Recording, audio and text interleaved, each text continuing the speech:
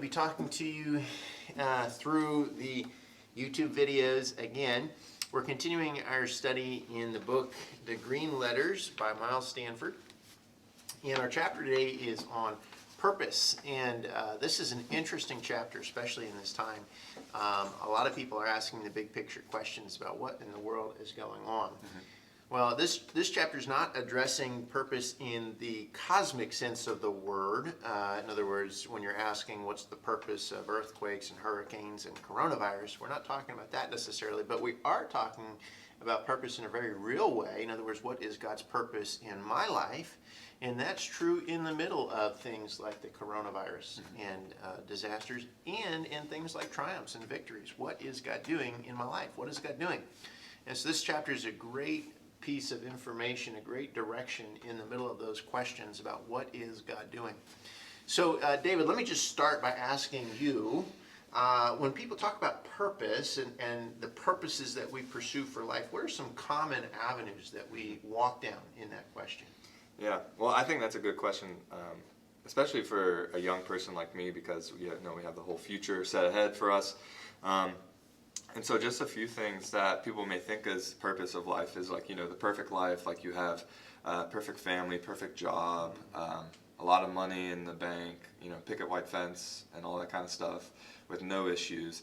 Other may say... Some people prefer a white picket fence too. That's a picket white fence. Yeah. Oh, okay. Yeah, there's a difference. Just like Okay. just like polycarpet monosyne, That's true. Or some people could say like the purpose of life is to prove someone wrong, someone who doubted them or said you would never amount to anything, and so everything they do in their life is just to prove to that person that they were completely wrong about their judgment.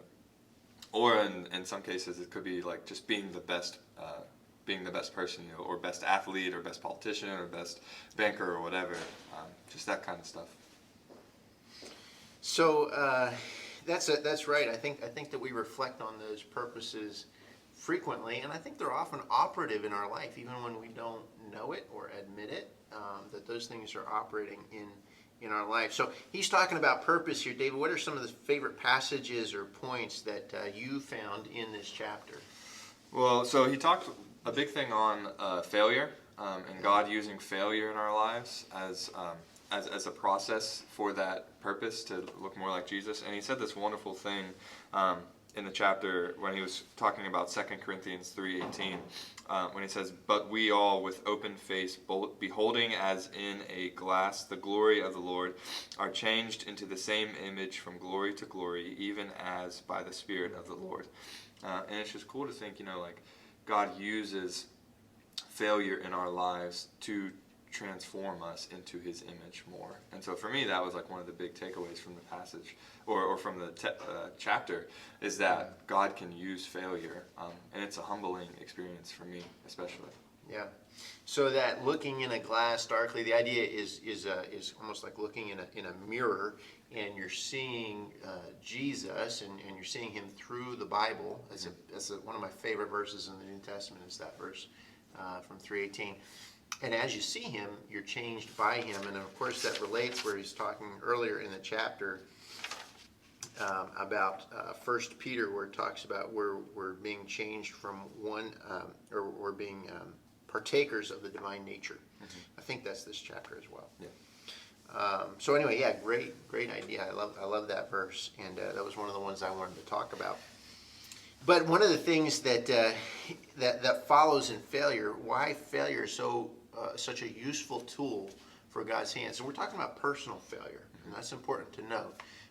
And so not getting the job, the relationship not working out, not making the grade, not winning, but loss and losing and our efforts coming to nothing.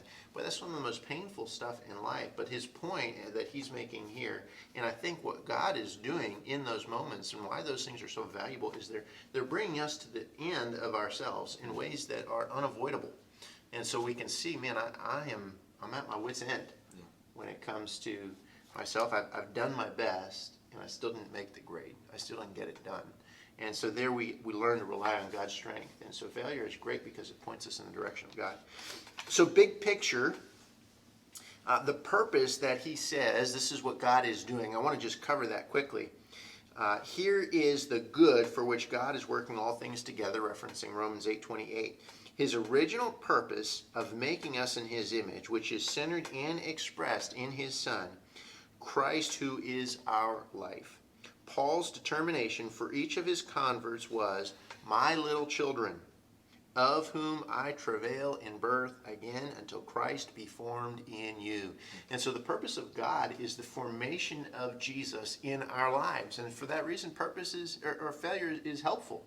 It's a helpful thing to be able to form Jesus in our lives. So what's God doing? Big picture. The answer is God is forming the image of Christ in each of our lives. And that happens in success, and it happens in failure, and it happens in the in-between times. This is always what God is working towards in us, is the formation of Christ in our lives. In that verse that David referenced at the beginning in 1 Corinthians 3:18, or 2 Corinthians 3:18, is the as we behold Jesus, we are transformed, and our transformation is a process of ever-increasing glory.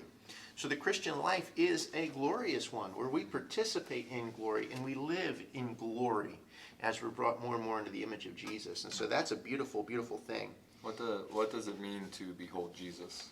I know when you read that question, you're like, what the heck does that mean? Yeah, so great question. So we can unpack that through the 2 Corinthians 3 passage, but he does a quick overview for us, and we only have the time for the overview now.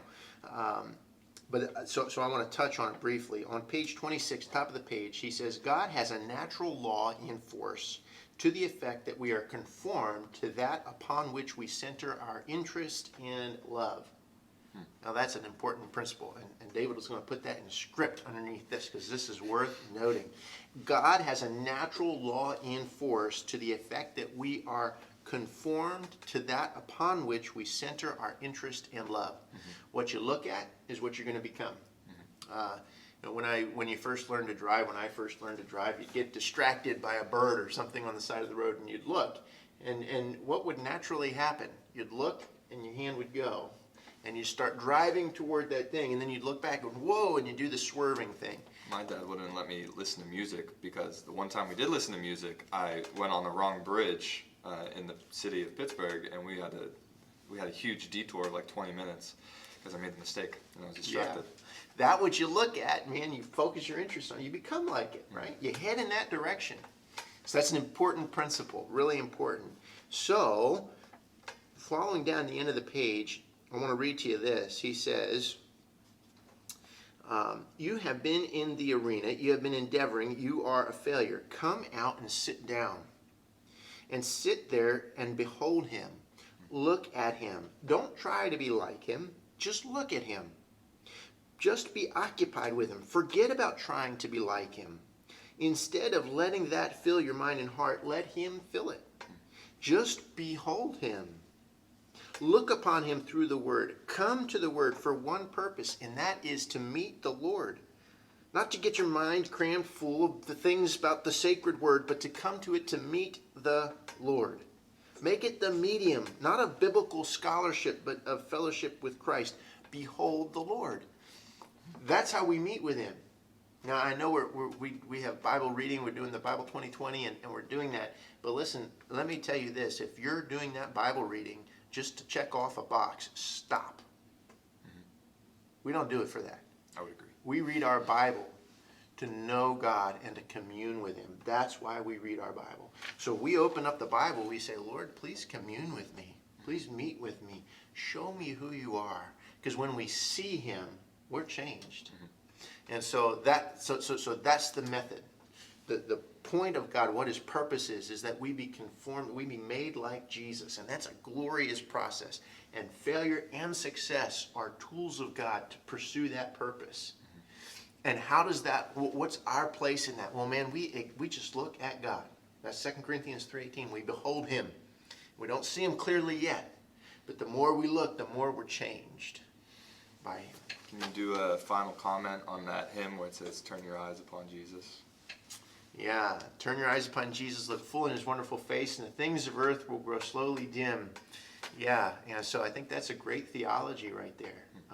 the point of this is man, we rest in him and we look at him and we examine him and we get to know him. And that process changes us, just like every relationship. But the relationship with the creator of the universe, it works on a magnified scale when we examine him. Yeah. All right, guys. Glad to have you with us. See you next time.